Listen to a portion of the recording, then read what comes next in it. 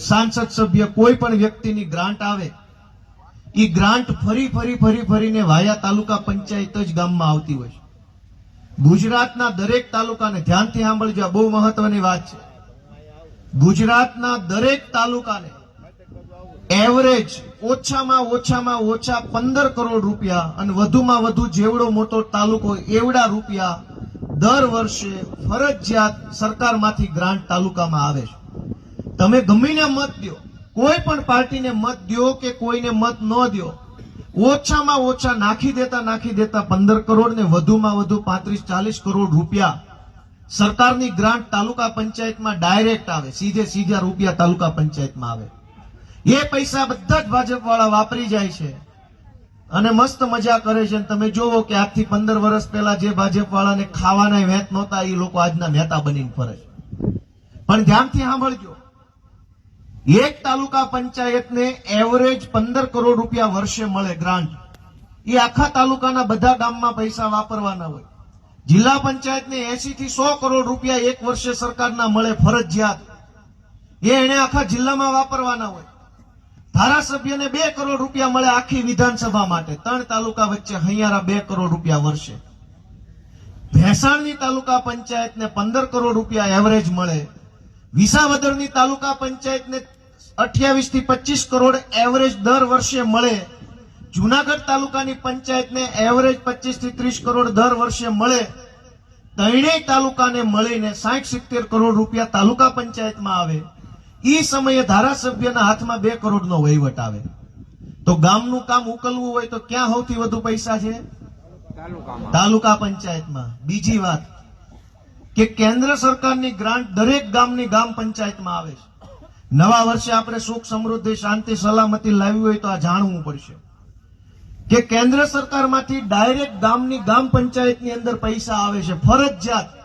आखुं गाम आम आदमी पार्टीने मत आपी दे तोय ओली ग्रांट तो गामनी पंचायतमां आवे ने आवे।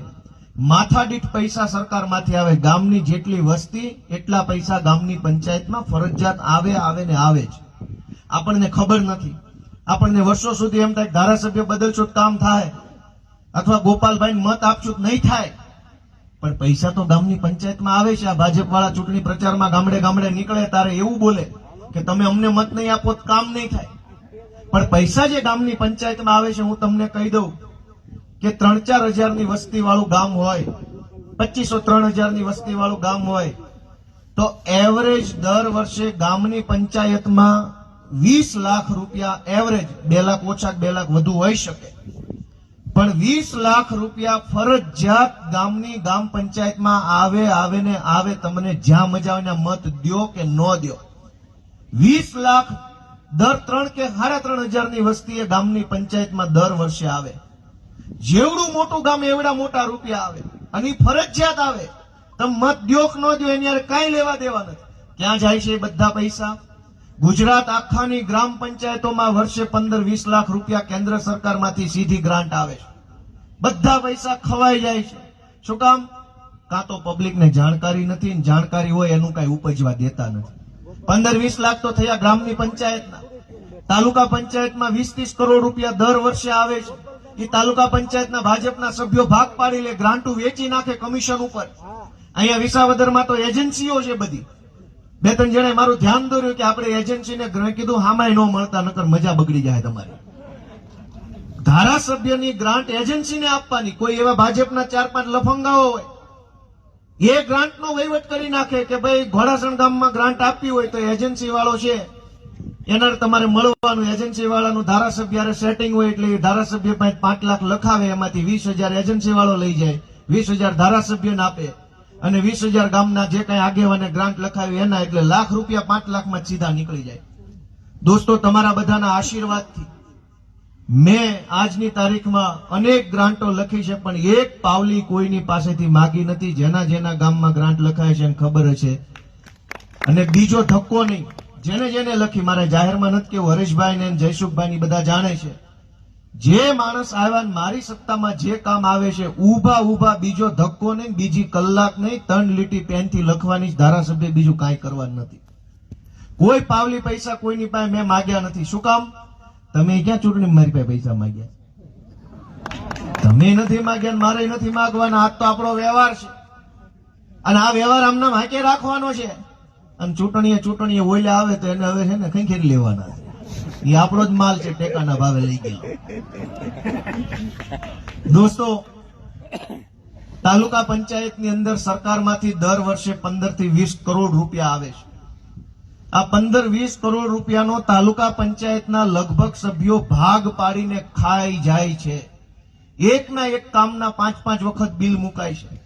બ્લોકના બિલ 4-4 વખત મુકાય, સીસી રોડના 4-4 વખત મુકાય. હું જયારે ગામડે જાઉં ત્યારે આગેવાનો મારું ધ્યાન દોરે કે અમારા બ્લોક નથી.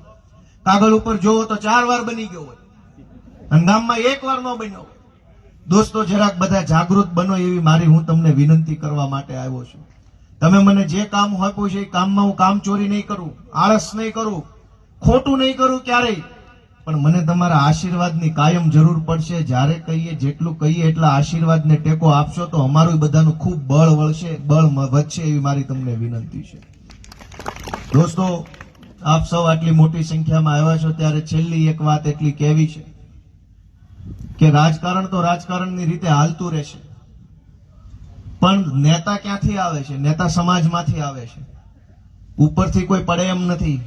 કોઈ આપણામાંથી જ એક માણસ નેતા બને છે. એટલે સમાજ સાથે સંવેદનાનો આપણો જે સંબંધ તૂટી ન જાય એ જોવાની જવાબદારી નેતાની છે. રાજકારણ રાજકારણની રીતે છે, પણ સમાજ રહેવાનો છે. સમાજ વિશાળ છે, સમાજમાં શક્તિ છે. નેતા સમાજથી અલગ ન હોઈ શકે. એટલે રાજકારણનું કામ કરતા કરતા સમાજનું કામ પણ કરવું પડે. અને એટલે હું જયારે અહીંયા ધારાસભ્ય તરીકે તમારા આશીર્વાદથી ચૂંટાયો, મેં નક્કી કર્યું કે આપણા વિસ્તારની તમામ બહેનોને મારે વિધાનસભા બતાવવા માટે લઈ જવાના છે. અને એમાં ભેસાણ તાલુકાના લગભગ તમામ ગામમાંથી બહેનોને વિધાનસભા બતાવી. વિસાવદરમાંથી 2 જિલ્લા પંચાયતની સીટોમાં બહેનોને વિધાનસભા બતાવી. વિસાવદર શહેર, બીજી એક જિલ્લા પંચાયત થોડું ઘણું બાકી રહ્યું છે. એ બધા બહેનોને હું ગાંધીનગર લઈ જઈ અને વિધાનસભા બતાવવા માંગુ છું. એ સમાજનું કામ છે, રાજનીતિનું કામ નથી. જે બહેનો વર્ષોથી બટન દબાવે છે એને ખબર જ નથી કે બટન અહીંથી દબાવો તો ઓલકોર નીકળે છે ક્યાં. તો મેં એને ગાંધીનગર લઈ જઈને બતાવ્યું તમારા ગામની શાળામાં જઈને જે બટન દબાવો છો ને પાઇપમાં હોહરું ન્યા ઠેક નીકળે છે. બહેનો પોતાની નજરે જુએ, જાણે, સમજે, વિચારે કે કેવી રીતે આ સરકાર હાલે છે, તો બહેનો વધુ સારી રીતે પાર્ટિસિપેટ થઈ શકે, ભાગ લઈ શકે. અને બીજો મને એક નવા વર્ષમાં વિચાર આવ્યો છે, એ તમારા બધાની સામે મૂકવો છે. બધા હા પાડે એમાં હરેશભાઈ, જયસુખભાઈ, અમારી આખી ટીમ, અતુલભાઈ, બધા હજરબમ યુવાનો, તો એમાં પછી આગળ મનોમંથન કરશું. મારી એક ગણતરી એવી છે કે આપણા આ આખા વિસ્તારના યુવાનોને હવે તો હમણાં આપણી ખેતીની સિઝન પૂરી થઈ જાય અને ખેતરમાં લગભગ કામ બધું ઉકલી જાય, તો આપણા આ બધી તાલુકા પંચાયતના જે કાંઈ યુવાનો છે એની તાલુકા પંચાયતની સીટ વાઇઝ એક ક્રિકેટની ટીમ બનાવીને 1 મહિનો આપણે ક્રિકેટ ટુર્નામેન્ટનું આયોજન કરવાનું મારા મનમાં એક સંકલ્પ છે. આવું કરવું જોઈએ કે ન કરવું જોઈએ? હવે 7-8 જણાએ આ પાડી છે, ન કરાય. આવું મારી ગણતરી એ છે કે રમે તો થોડો ઘણા એમાં ઇન્વોલ્વ રહે, એમાં એંગેજ રહે, શીખે, જાણે, સમજે, બધા ભેગા મળે, લોકો જોવે અને નવરાશના ક્ષણોમાં રમવા વાળા, જોવા વાળાને મનોરંજન મળી રહે. બધા જો એમાં સહયોગ આપવાના હોય તો હું એમાં આયોજન હાથ ધરું. ભાઈ આપશો બધા સહયોગ? આપડા બધા જુવાની આવો રમે, કઈક મોટું આયોજન કરીએ, ભલે કઈક 2-5 લાખનો ખર્ચો થાય. દુર્ગેશ પાઠક બેઠા છે દિલ્હી વાળા, એને કહી દેવું, સમજ્યા? એટલે જ મેં એની હાજરીમાં વાત કાઢી. સમજાણું? બધું ઘીના ઠામમાં ઘી ભળતું હોય એમાં. એ ગુજરાતીમાં સમજી ગયા. જોયું દાંત કાઢ્યો ને, કાઢ્યા દાંત, એને ખબર પડી ગઈ હું કે. એટલે હું તમારા બધાના આશીર્વાદથી ઘણા સારા કામ આ વિસ્તારમાં કરવા છે.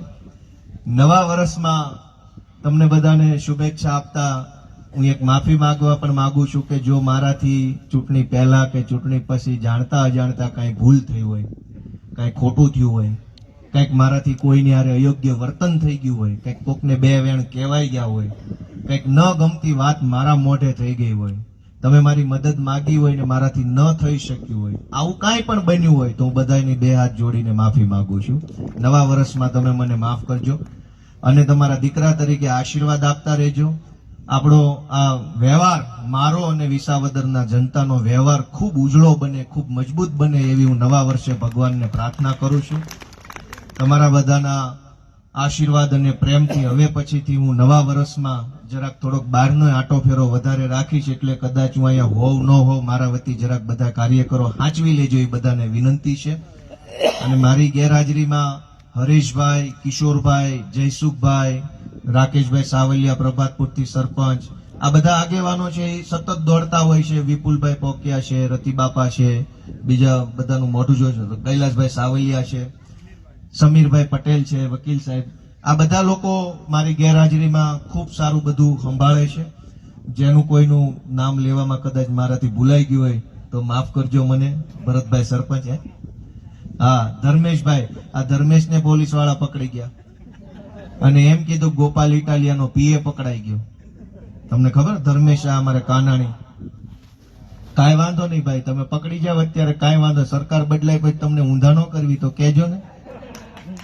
મને તો એ વાતથી સખત ચીડ છે દોસ્તો. ફરીવાર એની વાત કહું કે આ લોકો શું એના મનમાં સમજે છે? આમ આદમી પાર્ટી વાળાને પકડવાનો ચિંગમોના ટોળા આવે છે, 10-10 ગાડીઓ લઈને તમે ઘરી જાવ છો. એટલી ઓકાત તમારા બુટલેગરોને પકડવાની છે કઈ? બુટલેગરોને પકડવા જાવ તો તમને ઢીંઢા ભાંગી નાખે એમ છે તમારે. તમે અમારા માણસોને પકડો, રાજુભાઈને પકડો, ધર્મેશને પકડો, ચૈતર વસાવાને પકડો, હરેશભાઈને 2 દિવસ જેલમાં જવું પડ્યું. દોસ્તો તમે આ બધું જોઈને આવતી તાલુકા જિલ્લા પંચાયતની ચૂંટણીમાં થોડોક ન્યાય કરો. આખા ગુજરાતની જનતાને હું તો વિનંતી કરું છું કે એકવાર ન્યાય કરો, પછી અમે જોઈએ છે કોને કેટલું પાણી છે.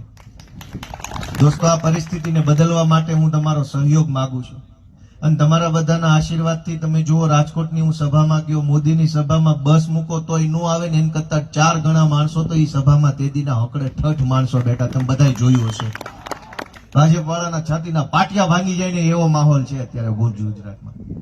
અને સૌથી છેલ્લી વાત કે તમે મને આશીર્વાદ આપીને ધારાસભ્ય બનાવ્યો, કઈ હું અડકો દડકો દહીં દડકો ખાઈ જા ખજૂર લે બની ગયો, એમ નથી બન્યો. તમારા બધાના પ્રેમથી તમે બટન દબાવ્યું તો હું અહીંયા ધારાસભ્ય તરીકે ઉભો છું. એ વાતને ભાજપની સરકારે સ્વીકારી લેવી જોઈએ કે આને જનતાએ બનાવ્યો છે, હાથે હાથે બનેલો માણસ નથી. પણ એ નથી સ્વીકારી શકતા. સત્તાની અભિમાન એનામાં જુઓ, હવા જુઓ. તમે જનતા છો, તમે સમાજ છો, તમે મહાન છો, તમે કયોય નેતાએ કરવાનું હોય, પણ ભાજપનું અભિમાન જુઓ કે જેણે સત્તામાં મેં જેને લલકાર્યા કે આ ખોટું કરનારા છે, આવા છે, એ બધા લોકોને મંત્રી બનાવી દીધા, મોટા હોદ્દા આપી દીધા.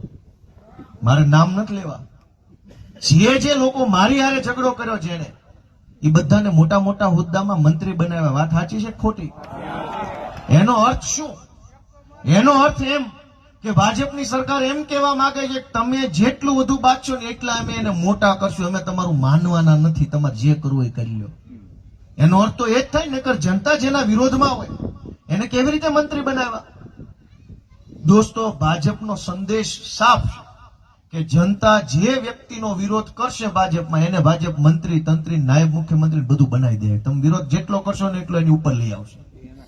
જનતા જેનો વિરોધ કરે એને ઘર ભેગો કરવાનો હોય, માથે ચડાવવાનો હોય.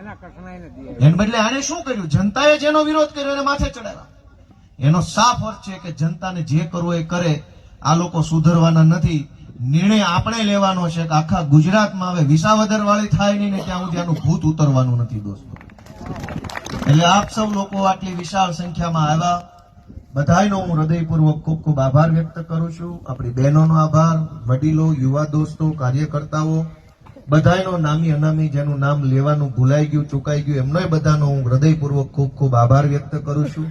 નવા વર્ષમાં ભગવાન આપણને ખૂબ બળ આપે અને 27 પહેલા જ તે આપણા ખેડૂતોનું, આપણા ગામડાના લોકોનું કંઈક સારું થાય એવું પરિણામ તાલુકા જિલ્લા પંચાયતમાં આવે એવી ઈશ્વરને હું પ્રાર્થના કરું છું. સૌને જય શ્રી કૃષ્ણ. અને હવે બધા જ લોકો આપણે બધા વારાફરતી અહીંથી લાઈનસર મળશું અને પછી તમારે બધા પ્રસાદ લઈને તમારે જવાનું છે. ખૂબ સરસ ગોપાલભાઈ.